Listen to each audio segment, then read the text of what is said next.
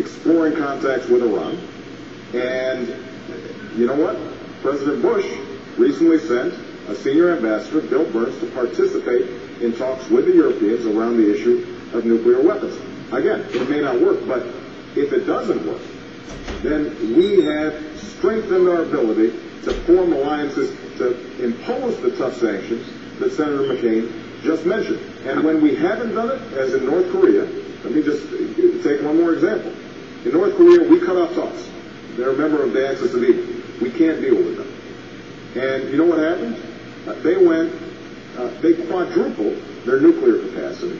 They tested a nuke. They tested missiles. They pulled out of the non-proliferation agreement.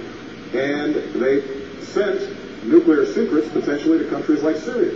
When we re-engage, because again, the Bush administration reversed course on this, then we have at least made some progress, although right now, because of the problems in North Korea, we are seeing it on shaky ground. And I just have to make this general point that the Bush administration, some of Senator McCain's own advisors, all think this is important.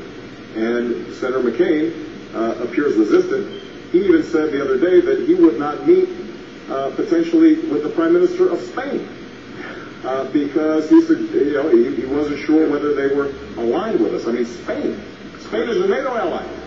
If we can't meet with our friends, I don't know how we're going to lead the world in terms of dealing with critical issues like terrorism. I'm not going to set the White House visitor schedule before I'm President of the United States. I don't even have a seal yet. Look, Dr. Kissinger did not say that he would approve face-to-face meetings between the President of the United States and the President Ahmadinejad. He did not say that. Of course not. He said that there could be secretary-level and lower-level meetings. I've always encouraged them. The Iranians have met with Ambassador Crocker in Baghdad. Now, what Senator Obama doesn't seem to understand, that if without precondition you sit down across the table from someone who has called Israel a stinking corpse and wants to destroy that country and wipe it off the map, you legitimize those comments. This is dangerous. It isn't just naive. It's dangerous. And so we just have a fundamental difference of opinion. As far as North Korea is concerned, our Secretary of State, Madeleine Albright, went to North Korea. By the way, North Korea, most repressive and brutal regime probably on earth. The average South Korean is 3 inches taller than the average North Korean, a huge gulag. We don't know what the status of the dear leader's health is today. But we know this, that the North Koreans have broken every agreement that they've entered into. And we ought to go back to a little bit of Ronald Reagan's trust but verify. And certainly not sit down across the table from without precondition, as Senator Obama said he did twice. I mean, it's just dangerous. Senator McCain keeps on using this example that suddenly the president would just meet with somebody without doing any preparation, without having low-level talks. Nobody's been talking about that. Senator McCain knows it. This is a mischaracterization of my position. When we talk about preconditions, and Henry Kissinger did say we should have contacts without preconditions, the idea is that we do not expect to solve every problem before we initiate talks. And the Bush administration has come to recognize that it hasn't worked. This notion that we are simply silent when it comes to our enemies, and the notion that we would sit with Ahmadinejad and not say anything while he's spewing his nonsense and his vile comments is ridiculous. Nobody's even talking about it. So let me get this right. We sit down with Ahmadinejad and he says, we're going to wipe Israel off the face of the earth, and we say, no, you're not? Oh, please. By the way, my friend Dr. Kissinger, who's been my friend for 35 years, would be interested to hear this conversation and Senator Obama's depiction of his positions on the issue. I've known him for 35 years, and I guarantee he would not say that presidential top level. Of course he encourages, and other people encourage contacts and negotiations and all other things. We do that all the time. We're going to go to another. Senator Obama is parsing words when he says precondition means preparation. I'm not parsing words. Parsing words, using my friend. the same words that your advisors use. Please. renew the question. Russia. Goes to you. 2 minutes, Senator Obama.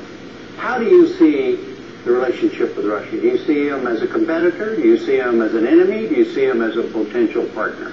Well, I think that given what's happened over the last several weeks and months, our entire Russian approach has to be evaluated, because a resurgent and very aggressive Russia is a threat to the peace and stability of the region. Their actions in Georgia were unacceptable. They were unwarranted, and at this point it is absolutely critical for the next president to make clear that we have to follow through on our the six-point ceasefire. They have to remove themselves from South Ossetia and Abkhazia. It is absolutely important that we have a unified alliance, and that we explain to the Russians that you cannot be a 21st century superpower or power and act like a 20th century dictatorship. And we also have to affirm all the fledgling democracies in that region. The Estonians, the Lithuanians, the Latvians, the Poles, the Czechs, that we are in fact going to be supportive and in solidarity with them in their efforts. They are members of NATO, and to countries like Georgia and the Ukraine, I think we have to insist that they are free to join NATO if they meet the requirements, and they should have a membership action plan immediately to start bringing them in. Now, we also can't return to a Cold War posture with respect to Russia. It's important that we recognize there are going to be some areas of common interest. One is nuclear proliferation. They have not only 15,000 nuclear warheads, but they've got enough to make another 40,000, and some of those loose nukes could fall into the hands of Al-Qaeda. This is an area where I've led on in the Senate, working with a Republican ranking member of the Senate Foreign Relations Committee, Dick Lugar, to deal with the proliferation of loose nuclear weapons. That's an area where we're going to have to work with Russia, but we have to have a president who is clear that you don't deal with Russia based on staring into his eyes and seeing his soul.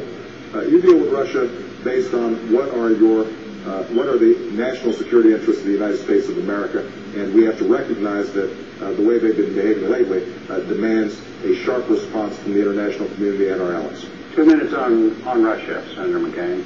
Well, I was interested in Senator Obama's reaction to the Russian aggression against Georgia. His first statement was, both sides ought to show restraint.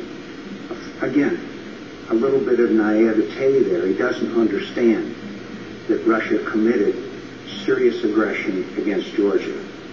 And Russia has now become a nation fueled by petrodollars that is basically a KGB apparatchik-run government.